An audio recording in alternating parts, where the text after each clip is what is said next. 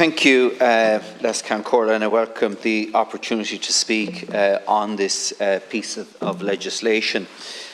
Minister, the legislation in front of Les Cancorla Gamaleshgale, I think it should be Feha Nomad. Yeah.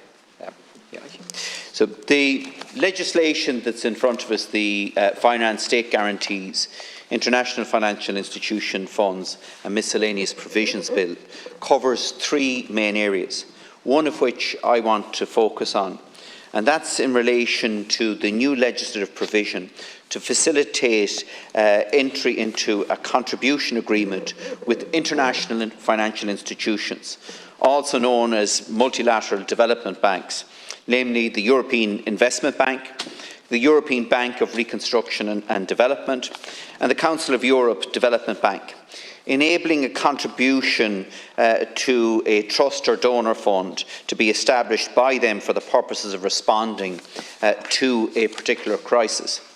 Minister, I'm proposing that a specific fund would be established under this legislation to address a specific crisis, namely the climate emergency, with specific reference to its impact on migration, which the EU itself has defined as a crisis.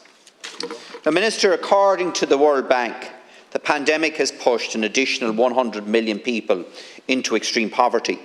Furthermore, the United Nations Conference on Trade and Development reports that foreign direct investment flows have declined by 35% in developing countries compared to a reduction of 12% in developed countries.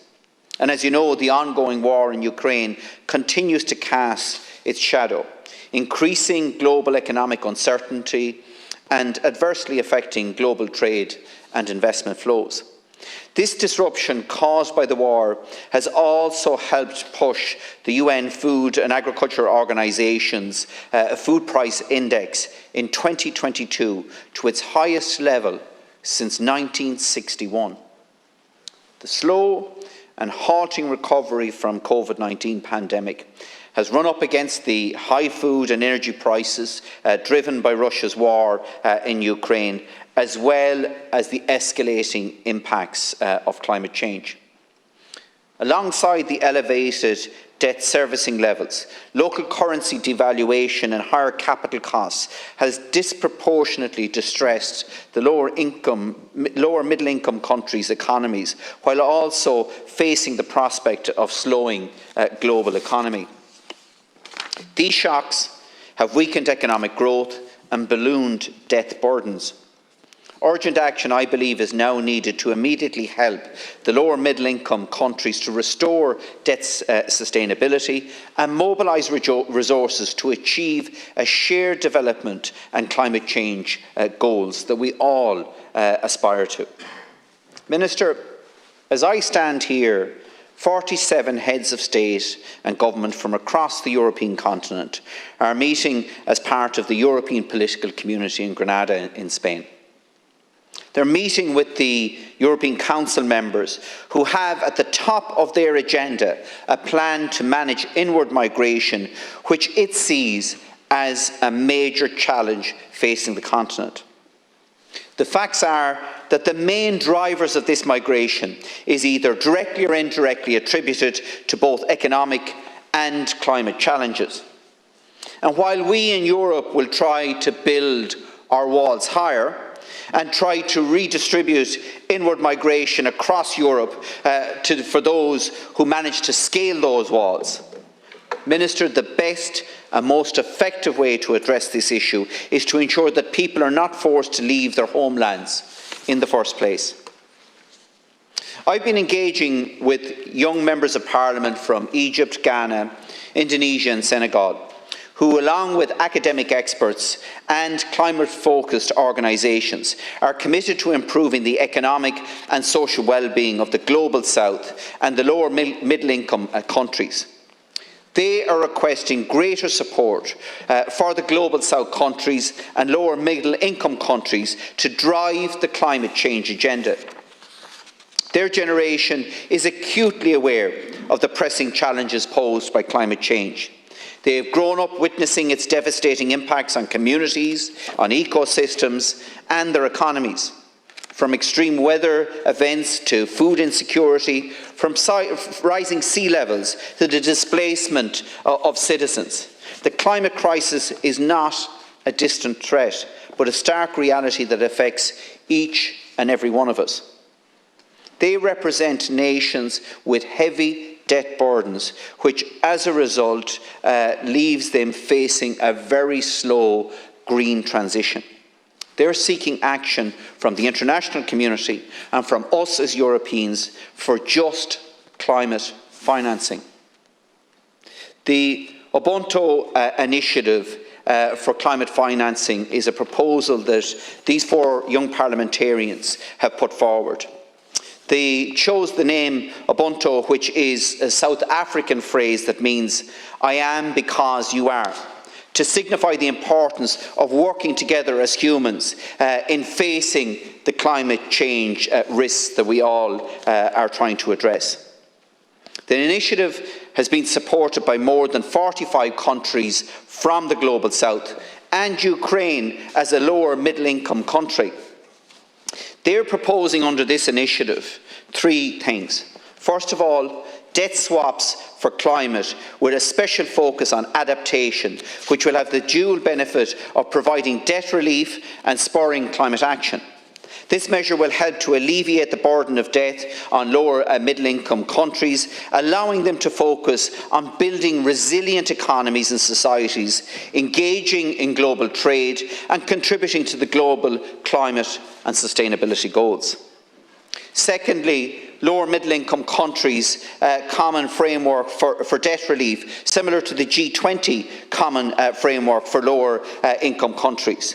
This framework for debt relief for lower middle-income countries will help these countries to deal with the fiscal tightness and protracted liquidity problems. It will also ensure that these countries are not burdened with unsustainable debt and that can impede their ability to respond to the urgent challenges of climate change, as well as economic and social development.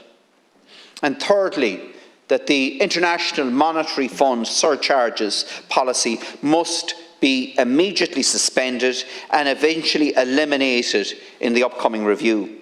These additional charges on top of basic interest rate fees have placed an unfair burden on vulnerable countries that are in need of financial support.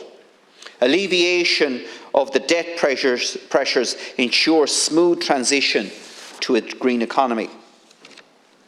Minister, in light of the global challenges, they are deeply concerned about the impact of COVID-19 and the ongoing war in Ukraine on the economies of the countries that they represent, the lower middle-income countries. These 2 shocks have resulted in a sharp decline in economic activity, in job losses, in inflation, rising food prices, all of which leads to increased poverty levels. And this, Minister, forces people to migrate, leading to the very issue that the European Summit is trying to address as we speak. As a result, there is a need to provide greater support to the Global South countries and lower middle-income countries by prioritising these key 3 points. Minister, we will send representatives to the World Bank and International Monetary Fund meeting in Marrakesh next week. And I'm asking you, Minister, to ensure that our delegation supports the Ubuntu initiative, supports these young parliamentarians across the world to actually get a fair write-down of debt in conjunction with stimulating their own indigenous economies and addressing the climate challenges that they are facing in reality on the ground in their countries and across their regions. And Minister, the reality is that debt today is stopping innovation. It's stopping opportunity, and it is forcing the best people in those countries to up and leave and come to Europe for a better life. It's compounding the economic stagnation that many of these countries are facing at the moment. And it's leaving these countries with a lack of funding to address the climate challenge that has been caused by us here in the developed world. And while funding has not been forthcoming from us in the developed world to create a new fund in which countries responsible for high carbon emissions would compensate vulnerable countries that have suffered from the climate impacts, here is an opportunity for us to come up with an innovative measure of debt forgiveness that would support climate change and the delivery of constructive climate change initiatives that we're all talking about. It would support sustainable investment in countries that have been hamstrung up to now because of the levels of debt that they have been trying to manage.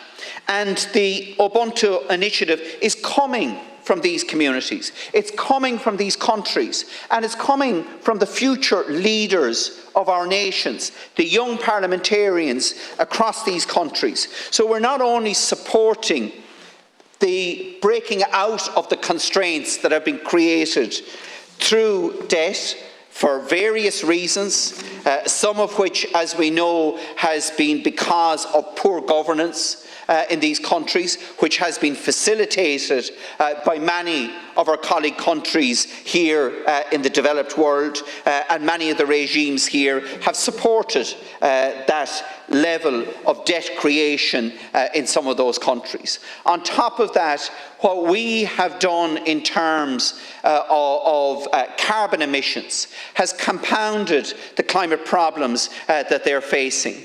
And while we are concerned about global stagnation in terms of the world economy and the impact that it has here in relation to GDP and GNP, it is having a devastating impact on food prices, on the viability of many of these economies, and as a result of that, these countries cannot service the levels of debt that they're being asked to do. And then on top of that, we have the International Monetary Fund effectively putting debt penalties on top of interest rates to compound an already difficult problem.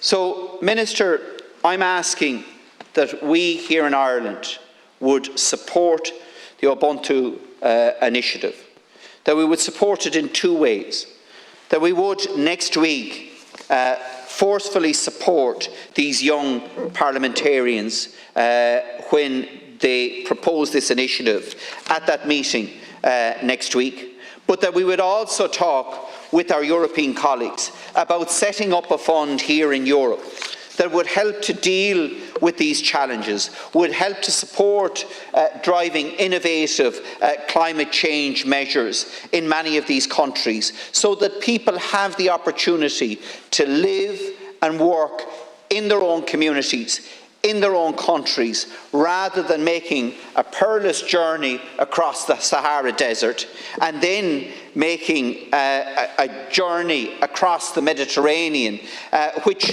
is nothing short of suicidal. And what really surprises me about all of this, Minister, is that when we listen to the interviews of these people that are on the banks of the Mediterranean Sea in North Africa, and they're very well aware of the risks that they face going across the Mediterranean. They see their neighbours and families losing their lives on the Mediterranean. And yet, for them, they are prepared to take that risk, because that risk is better than the lack of any future that they have at the moment. And we, within our hands, control that future. We have the opportunity to drive innovative change by taking a more flexible approach in relation to the management of debt. We're not talking about writing off the debt.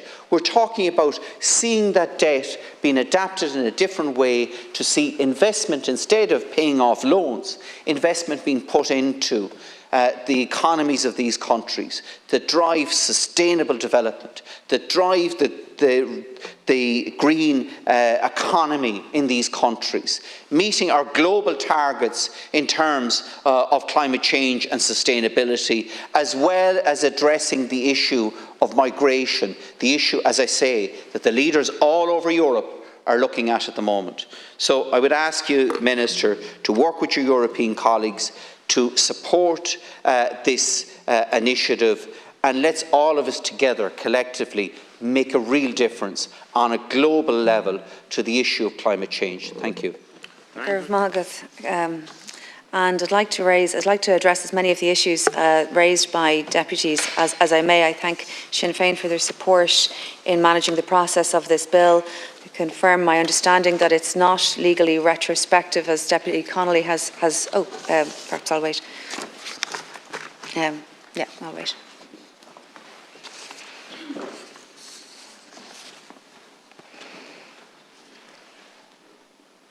I appreciate you're here in a different position, but nevertheless, I always want to try to respond insofar as I can. That it's not retrospective as such, that this is about the EU Council has agreed that assistance that allows the Commission to raise the funds in time to dispense the funds in Ukraine, but Member States need to go through their own national processes in order to participate. In the meantime, we haven't paid anything in. This is about prospectively allowing that, recognising what the Commission has done in the past. And guarantee payments may not arise, nor might interest payments, if the EU budget themselves will cover them. So, and if there's any clarification that the Deputy or Laska Herlick wishes to that, I'm more than happy to follow up with officials in greater detail. It is only the Member States' guarantee would only be called on in the event that Ukraine defaults on the repayment of the loans, which I recognise is an important consideration, given we have no sight of how long this conflict may last, and it is important to highlight the risk of that. Ireland's maximum liability under the guarantee is €76 million in total, as I stand here today. But it is important to recognise that this is an ongoing conflict with very serious consequences. And I suppose that always to look at the counterfactual, what is the concern about not participating in something of this kind, and the broader context in relation to that.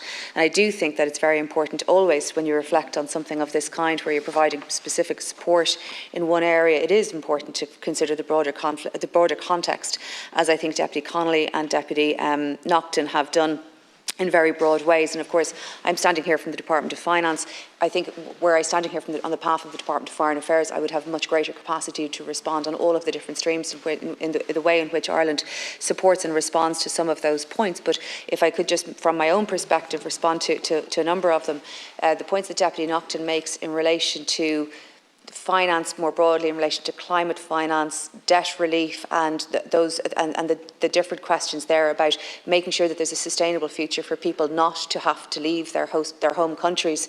I think both Deputy Naughten and Deputy Connolly, and indeed Peter Sutherland, when he was UN Secretary or Under Secretary on migration, or his Special Envoy on migration, made the very obvious and clear point that people know the risks that they were facing by migrating, by taking the sorts of risks that they do in the Mediterranean, and they do not do it lightly any more than you or I would do it lightly, and they do it out of desperation. And I completely appreciate that point being made here. More than appreciate it, it's of existential importance. I think what I would say is that we had last week, it's important for deputies to be aware, the UN Development Programme in Dublin, where they have a very, very strong regard for the Irish project on sustainable finance, for our Sustainable Finance Centre for Excellence, how we combine that with our broad multilateral support for climate finance.